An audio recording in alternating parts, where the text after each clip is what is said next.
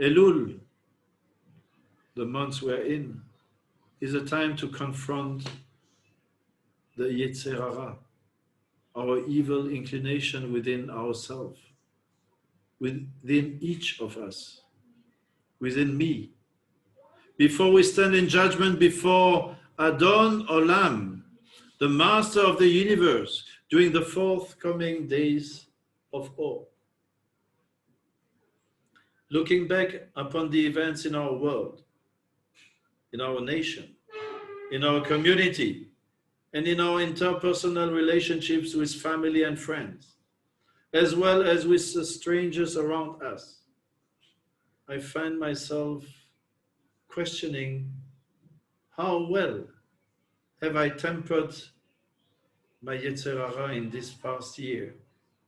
How well I have tempered my evil inclination? Must not the first step toward atonement be understanding our individual responsibility to confront the Amalek characteristics we have exhibited through a lack of civility in our public discourse and the insensitivity we have displayed in our interactions with family, with friends, and community members? As we approach the Yamim Noraim, the day of oath, I hear in the call to wipe out Amalek, a command to control the Amalek tendencies within myself, within our society, in search of a way to control the Amalek within. I want to focus our attention on another one of the 72 commandments in our portion, the seemingly uninteresting commandment that we have to build a parapet, a fence, or a wall around our roofs. In Deuteronomy chapter 22, verse 8, it's written, "When you build a new house, you shall make a parapet for your roof, so that you do not bring blood guilt on your house if anyone should fall from it." Why is the Torah worrying about building codes? In the Sefer HaMitzvot, the Sefer of the Commandment, Maimonides wrote regarding the parapet, it's the positive commandment number 184. By this injunction, we are commanded to remove all obstacles and sources of danger from all places in which we live. That is to build walls or parapets around roofs, cisterns, trenches, and the like. In like the manner, it is obligatory to remove and guard against every obstacle which constitutes a threat to life and limb. As we approach the high holidays, with their theme of personal and communal judgment, the pshat, the literal letter of this commandment, remains relevant and important. At this time of accounting and accountability, can we as a society recognize that in many so-called natural disasters, the devastation is not just due to the force of nature, but rather to the human choices we make? Climate change is not natural disaster, but rather a human one.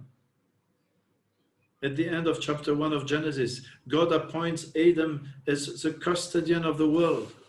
During our 40-day period of accountability, which extends from Rosh Chodesh Elul, the first of Elul, the first of the months of Elul, until Yom Kippur, the Day of Atonement, can any of us give our generation a passing grade on our custodial responsibilities?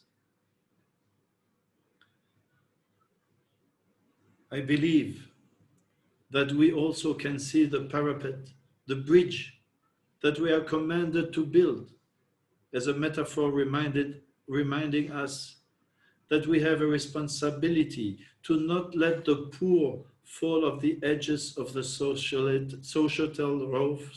roofs, that we are responsible for demanding of our elected officials that they work together on the resettlement of refugees. And for me, the ethical and moral teaching of Torah, so many of which are listed in this week's Torah reading, are the bridge or fence that can guard each of us from falling off the plane of decency into the receptacle of hatred and selfishness.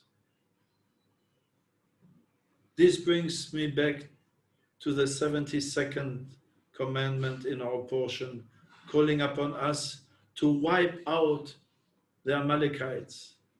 I hear in the commandment to build a fence on our rooftops, a call to myself to use the mitzvot of Torah, the commandments of the Torah, as a fence around the Yetzer Hara, around the evil inclination within me.